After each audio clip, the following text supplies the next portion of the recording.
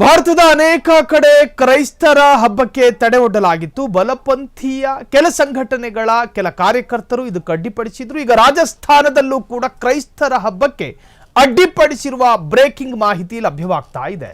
ರಾಜಸ್ಥಾನದಲ್ಲೂ ಕ್ರೈಸ್ತರ ಹಬ್ಬಕ್ಕೆ ಅಡ್ಡಿಪಡಿಸಿದ ಬಲಪಂಥೀಯ ಕಾರ್ಯಕರ್ತರು ರಾಜಸ್ಥಾನದಲ್ಲಿ ಒಂದು ಶಾಲೆಯಲ್ಲೇನೋ ಕ್ರೈಸ್ತರ ಹಬ್ಬ ಆಚರಣೆ ಮಾಡ್ಕೋತಾ ಇದ್ರಂತೆ.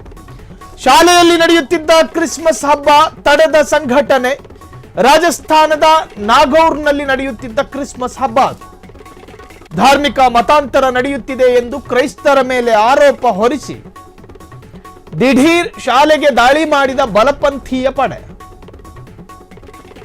ಕ್ರೈಸ್ತ ಮುಖಂಡರನ್ನ ತರಾಟೆಗೆ ತೆಗೆದ ಗುಂಪು ಕ್ರೈಸ್ತ ಮಹಿಳೆಯರನ್ನ ನಿಂದಿಸಿ ಕಾರ್ಯಕ್ರಮಕ್ಕೆ ಗುಂಪಿನಿಂದ ತಡೆ. ರಾಜಸ್ಥಾನದಲ್ಲೂ ಕ್ರೈಸ್ತರ ಹಬ್ಬಕ್ಕೆ ಅಡ್ಡಿಪಡಿಸಿರುವ ಬಲಪಂಥೀಯರು ಶಾಲೆಯಲ್ಲಿ ನಡೀತಿದ್ದ ಕ್ರಿಸ್ಮಸ್ ಹಬ್ಬ ತಡೆದ ಸಂಘಟನೆ. ಈ ತರಹದ ಕುಕೃತ್ಯಗಳಿಂದ ಮಾತ್ರ ಏನೋ ಒಂದು ಸಾಧಿಸಿ ಬಿಡ್ತೀವಿ ಅಂದ್ರೆ ಅದು ಕನಸಿನ ಮಾತು. ದೇಶವನ್ನಾಳುತ್ತಿರುವ ಪ್ರಧಾನಿ ನರೇಂದ್ರ ಮೋದಿ ನಿನ್ನೆ ದಿನ ಚರ್ಚಿಗೆ ಹೋಗಿ ಪ್ರಾರ್ಥನೆ ಮಾಡ್ಕೊಂಡು ಬಂದ್ರು. ಆ ಪ್ರಾರ್ಥನೆಯಲ್ಲಿ ಭಾಗಿಯಾದಂತಹ ನರೇಂದ್ರ ಮೋದಿ ಅವರು ಹೇಳಿದ್ದೇನು? ದೇಶಕ್ಕೆ ಸಮಾಧಾನ ಮತ್ತು ಶಾಂತಿಯನ್ನ ಸಾರುವ ಕ್ರೈಸ್ತ ಧರ್ಮೀಯರ ಬಲಿದಾನದ ಪ್ರತೀಕವಾಗಿರುವ ಕ್ರಿಸ್ಮಸ್ ಹಬ್ಬಕ್ಕೆ ತಮಗೆಲ್ಲರಿಗೂ ಕೂಡ ಆದರದ ಸ್ವಾಗತ. ಜೊತೆಗೆ ಈ ಹಬ್ಬ ನಿಮ್ಮ ಕುಟುಂಬಕ್ಕೂ ಮತ್ತು ನಿಮ್ಮ ಸಮುದಾಯಕ್ಕೆ ಶುಭವನ್ನ ತರಲಿ ಅಂತೇಳಿ ಹಾರೈಕೆ ಮಾಡಿ ಹೋದ್ರು. ನೀವು ಶಾಲೆಯಲ್ಲೂ ಕ್ರಿಸ್ಮಸ್ ಹಬ್ಬ ಆಚರಣೆ ಮಾಡಿದ್ರು ಬಿಡೋದಿಲ್ಲ. ಇನ್ನು ಕಲೆ ಯಾವುದಾದ್ರೂ ಆಡಿಟೋರಿಯಂನಲ್ಲೇನಾದ್ರೂ ಮಾಡ್ಕೊಳ್ಳೋಣ ಅಂತ ಹೇಳಿದ್ರೆ ಅಲ್ಲೂ ಬಿಡೋದಿಲ್ಲ. ನಿಮ್ಮ ಪ್ರಾಬ್ಲಮ್ ಏನು? What is your problem? ನಾವು ಬಲಹೀನರಾಗಿದ್ದರೆ ಅಲ್ವಾ ಅವರು ಬಂದು ನಮ್ಮನ್ನು ಮತಾಂತರ ಮಾಡೋದು?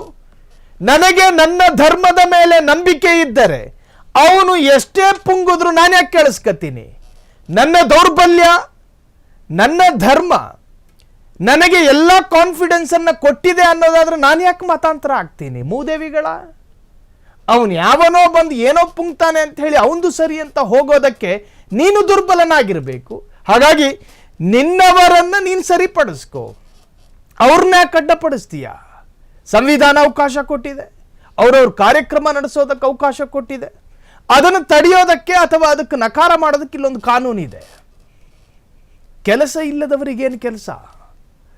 ನೋಡಿ, ಭಾರತವನ್ನ ಪಾಶ್ಚಿಮಾತ್ಯ ದೇಶದ ನಾಗರಿಕರು ಆಡ್ಕೊಳ್ತಾ ಇದ್ದಾರೆ.